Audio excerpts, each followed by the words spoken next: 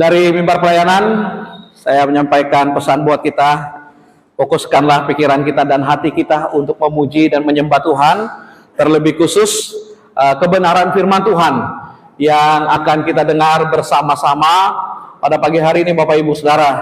Kiranya firman Tuhan ini meneguhkan iman percaya kita dan terus berbuat yang terbaik bagi Tuhan. Selagi Tuhan memberikan kesempatan ini bagi kita, dan selagi Tuhan memberikan hidup ini buat kita semua. Selamat mendengarkan kebenaran firman Tuhan. Bapak Ibu Saudara yang dikasihi oleh Tuhan kita Yesus Kristus, pada minggu ini kita akan berbicara tentang jangan menyerah dan putus asa. Tadi sudah dibaca dasar kebenaran firman Tuhan untuk kita renungkan bersama pada pagi hari ini. Di dalam kitab Galatia pasal 6 ayat 9 dan ayat yang ke-10. Bapak Ibu Saudara boleh membaca ayat ini secara keseluruhan, sehingga Bapak Ibu Saudara bisa memahami mengapa tema ini ada kaitannya dengan teks yang kita baca. Jangan menyerah dan jangan putus asa. Kalau Bapak Ibu Saudara membaca tulisan tebal yang ada dalam pasal 6 itu, next, dia berbicara tentang saling membantulah kamu. Ada kata perintah yang harus kita kerjakan di dalam kalimat itu Bapak Ibu Saudara. Saling membantulah kamu. Kalau kita berpikir tentang saling membantulah kamu, berarti ada sesuatu terjadi di sana. Sehingga perlu tindakan kita Bapak Ibu Saudara untuk melakukan apa yang bisa kita buat. Saling membantu berarti ada satu peristiwa yang membutuhkan Anda untuk hadir di tempat itu. Sehingga apa yang dikatakan dalam ayat ini, saling membantulah kamu, itu dapat terlaksana Bapak Ibu Saudara, karena Anda sendiri telah melihat objek yang membutuhkan pertolongan itu. Next, Bapak Ibu Saudara yang dikasihi oleh Tuhan kita Yesus Kristus. Di dalam ayat yang pertama Bapak Ibu Saudara, dia katakan, saudara-saudara, kalaupun seseorang kedapatan melakukan satu pelanggaran, kamu yang rohani harus memimpin orang itu ke jalan yang benar dalam roh lemah lembut, sambil menjaga dirimu sendiri, supaya kamu juga jangan kena pencobaan. Ada kalimat di sana Bapak Ibu Saudara, kamu yang rohani. Lalu Anda hubungkan dengan tulisan tebal yang ada di atas, saling membantulah kamu. Siapa yang berhak untuk memberikan bantuan Bapak Ibu Saudara kepada orang-orang yang membutuhkan pertolongan pada satu situasi yang membutuhkan Anda hadir di sana Bapak Ibu Saudara? Kalau kita lihat di dalam ayat yang pertama itu katakan, kamu yang rohani. Kamu yang rohani ini bukan penekanannya hanya kepada hamba-hamba Tuhan yang melayani Bapak Ibu Saudara yang ada di gereja ini. Tetapi kamu yang rohani dikatakan di sini Bapak Ibu Saudara, orang-orang Kristen yang dewasa dalam hidup kekristenannya. Sampai di sini Anda harus memahami ini Bapak Ibu Saudara, kamu yang rohani. Itu berbicara tentang kehidupan kekristenan seseorang yang dewasa. Dan dialah yang berhak untuk memberi pertolongan. Dialah yang berhak untuk hadir memberikan bantuan dalam situasi yang terjadi di dalam kehidupan ini. Dan di dalam ayat itu Bapak Ibu Saudara yang dikasihi Tuhan, dia memberikan dua contoh. Siapa yang berhak untuk menerima bantuan Anda? Kamu yang rohani di dalam ayat ini. Kalau Bapak Ibu Saudara baca ayat yang pertama, mari kita baca ayat yang pertama sama-sama. 1, 2, 3. Saudara-saudara, kalaupun seseorang kedapatan melakukan satu pelanggaran, garis bawahi itu, orang yang berhak menerima bantuan, orang yang berhak menerima pertolongan dari Anda yang rohaninya lebih dewasa adalah orang yang melakukan pelanggaran di dalam kehidupannya sebagai pengikut-pengikut Kristus. Artinya apa Bapak Ibu Saudara? Banyak orang Kristen yang jatuh dalam dosa hari ini. Banyak orang Kristen yang hidupnya sudah tidak benar hari ini Bapak Ibu Saudara. Kamu yang dewasa, orang-orang Kristen yang dewasa secara rohani, layak untuk membantu mereka, layak untuk menolong mereka Bapak Ibu Saudara. Karena engkau sendiri melihat bahwa mereka melakukan pelanggaran-pelanggaran yang Anda ketahui sebagai orang yang percaya kepada Tuhan. Mari kita membaca di dalam ayat yang ke-6 juga Bapak Ibu Saudara. Kita membaca ayat yang ke-6 sama-sama.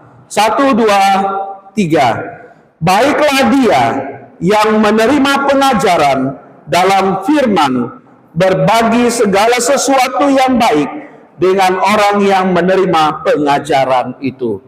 Bapak Ibu Saudara, coba lihat baik-baik kalimat itu. Baiklah dia.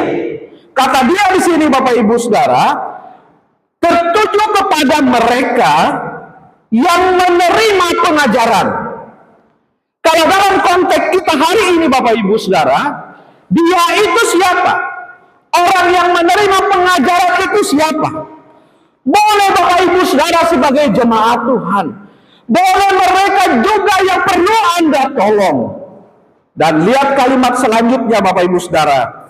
Baiklah dia menerima pengajaran dalam firman, berbagi segala sesuatu yang baik dengan orang yang memberikan pengajaran. Siapa yang memberikan pengajaran Bapak Ibu Saudara? Siapa yang mendidik Anda? Siapa yang mengajar Anda tentang firman Tuhan?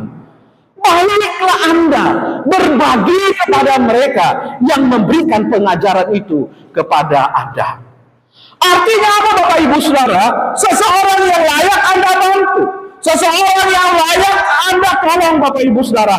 Orang yang selalu mengajar Anda tentang kebaikan, orang yang selalu mengajar Anda tentang pengajaran-pengajaran tentang Tuhan Bapak Ibu Saudara. Mereka itu adalah orang yang layak Anda bantu. Mereka itu adalah orang yang layak Anda tolong dalam hidup ini Bapak Ibu Saudara. Siapa mereka? Mereka yang selalu mendidik dan mengajar kita. Next, Bapak Ibu Saudara yang dikasihi oleh Tuhan kita Yesus Kristus.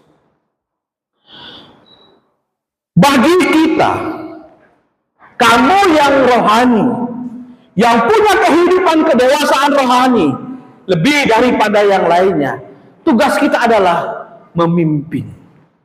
Tugas kita adalah membantu orang-orang yang kita lihat di dalam ayat yang ke-1 melakukan pelanggaran supaya mereka kembali pada jalan yang benar. Itu tugas kita Bapak Ibu Saudara. Jangan pernah tutup mata dengan situasi dan keadaan yang engkau lihat, sementara kehidupan Anda secara rohani lebih baik daripada orang yang Anda lihat. Anda ditugaskan untuk memimpin, Anda ditugaskan untuk membantu mereka Bapak Ibu Saudara, supaya mereka kembali pada jalan-jalan yang benar. Di dalam ayat yang kedua, tugas kita sebagai orang yang punya kehidupan kerohanian lebih, kamu yang rohani. Dalam ayat yang kedua katakan, bertolong-tolonglah menanggung beban. Artinya apa Bapak Ibu Saudara? Ini bukan berbicara masalah uang, ini bukan berbicara masalah harta. Ada beban-beban perasaan orang, ada beban-beban psikologi orang, perasaan orang, pikiran orang Bapak Ibu Saudara, yang juga mungkin Anda harus turut ada di dalam keadaan itu. Dan itu yang dikatakan bertolong-tolonglah kamu untuk saling menanggung beban ini. Ini tugas kita Bapak Ibu Saudara. Next, sebagai seorang pemimpin rohani, kamu yang punya kerohanian lebih daripada yang lainnya. Pasti Bapak Ibu Saudara, kalau orang yang punya hati untuk menolong, kalau orang yang punya hati untuk membantu, dia pasti punya sifat ini, bela rasa di dalam dirinya. Tahu bela rasa? Nggak susah carinya. Cari Meta di Meta AI. Bela rasa di sini Bapak Ibu Saudara yang dikasih oleh Tuhan kita Yesus Kristus adalah di mana kita membela perasaan orang atau tindakan-tindakan yang menyakitkan orang yang kita lihat. Bela rasa di sini Bapak Ibu Saudara mempertahankan perasaan orang dari pengaruh-pengaruh negatif atau tekanan-tekanan dari luar. Bela rasa ini Bapak Ibu Saudara yang dikasih Tuhan menunjukkan rasa empati kita Bapak Ibu Saudara sebagai dukungan kita kepada seseorang. Itu membuktikan satu tindakan yang harus kita lakukan terhadap mereka. Bagi orang yang suka membantu, bagi orang yang suka menolong, pasti bela rasa ini ada di dalam dirinya. Dia pasti melindungi perasaan, dia pasti mempertahankan perasaan seseorang. Bahkan dia pasti memberikan rasa empatinya sebagai dukungannya untuk situasi-situasi itu. Makanya di dalam ayat yang kedua katakan tadi, saling tolong menolonglah kamu di dalam kita menanggung beban perasaan orang Bapak Ibu Saudara. Itu kita jaga, kita pertahankan sama-sama. Bahkan kita menaruhkan empati kita dalam situasi-situasi yang dialaminya. Orang yang suka menolong, orang yang suka membantu orang Bapak Ibu Saudara, itu menunjukkan bahwa dia adalah orang yang peduli tentang keadaan dan situasi yang di depan matanya. Sebagaimana dalam ayat itu, saling membantulah kamu. Orang yang suka menolong, orang yang suka membantu Bapak Ibu Saudara, pasti dia lakukan itu dengan tulus, dengan lurus hatinya. Karena dia memang mau bantu itu orang. Karena memang dia mau melakukan satu tindakan untuk menolong orang itu. Itulah orang yang punya hati, yang mau menolong dan membantu orang. Next, Bapak Ibu Saudara yang dikasih oleh Tuhan kita Yesus Kristus. Ada satu tulisan yang sangat menarik bagi saya. Dia bilang begini, tugas melayani adalah satu ketetapan ilahi yang tidak terbuka bagi semua orang, tetapi terbatas hanya pada mereka yang oleh Allah dibuat memenuhi syarat dan dipanggil untuk itu. Jadi tidak semua orang punya hati tergerak untuk membantu. Tidak semua orang punya hati untuk mau menolong orang Bapak Ibu Saudara. Tetapi kalau Anda ditetapkan oleh Tuhan, Anda telah memenuhi syarat untuk itu, Anda dipanggil untuk itu Bapak Ibu Saudara, tunaikan tugas itu. Karena itu adalah tugas Anda untuk melayani Dia yang ada di depan mata Anda dan Tuhan yang Anda layani. Next, Bapak Ibu Saudara, apa kata firman Tuhan dalam ayat yang ke-9 yang sudah kita baca? Janganlah kita jemu-jemu berbuat baik, karena apabila sudah datang waktunya, kita akan menuai jika kita tidak menyerah. Dalam terjemahan baru 2. Bapak Ibu Saudara, jangan menyerah dan jangan putus asa. Terkadang orang yang kita tolong, orang yang kita bantu tidak seperti apa yang kita harapkan. Mengapa? Kita berusaha bantu dia, kita berusaha tolong dia, tetapi dalam faktanya Bapak Ibu Saudara, tidak seperti apa yang kita harapkan dari dia. Mungkin kita mengharapkan satu perubahan dengan kita membantu dan menolong dia.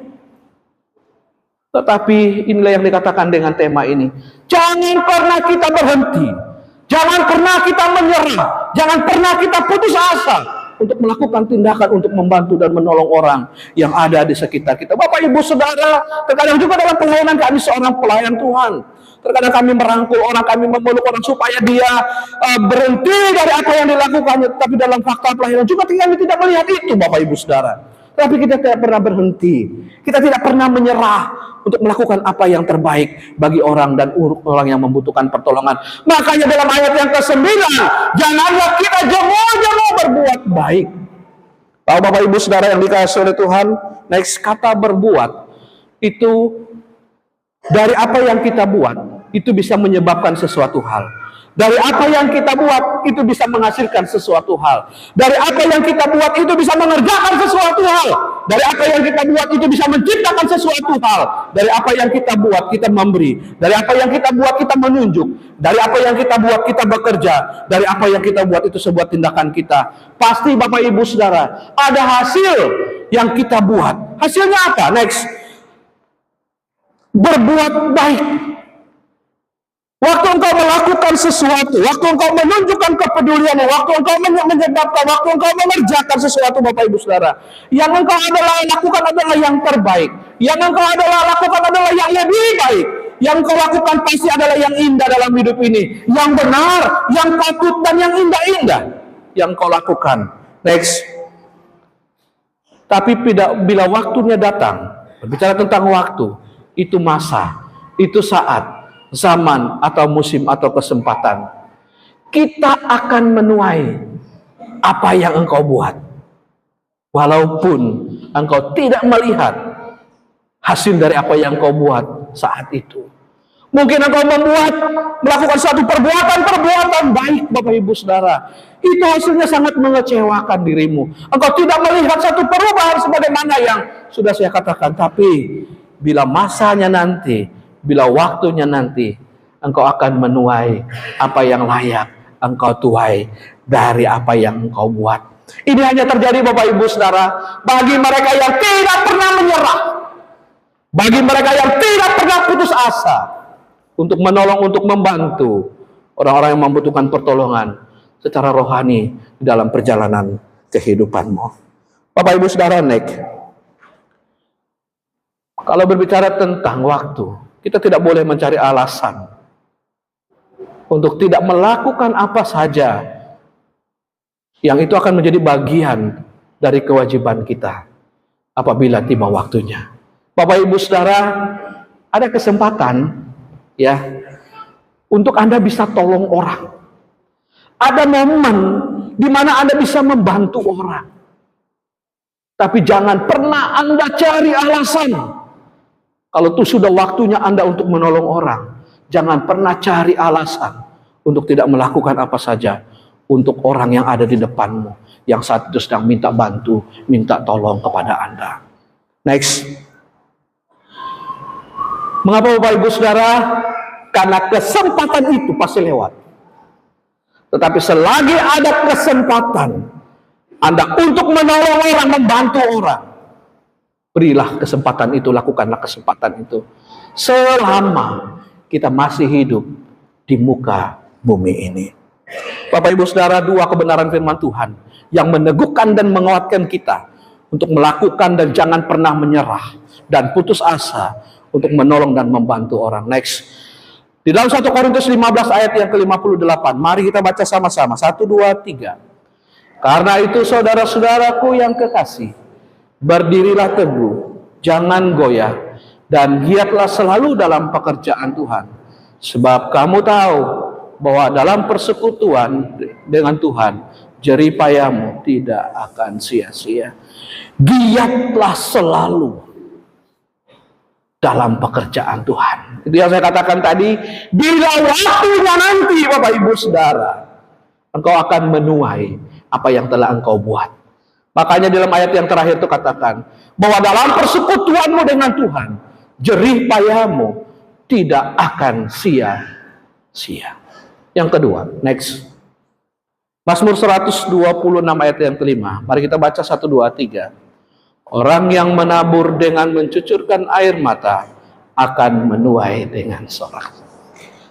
Tuhan memberkati Bapak Ibu Saudara. Jangan pernah menyerah. Jangan pernah putus asa untuk membantu dan menolong orang. Kalau kesempatan itu ada dalam hidupmu untuk bisa membantu mereka. Tuhan Yesus memberkati kita semua. Mari kita berdoa.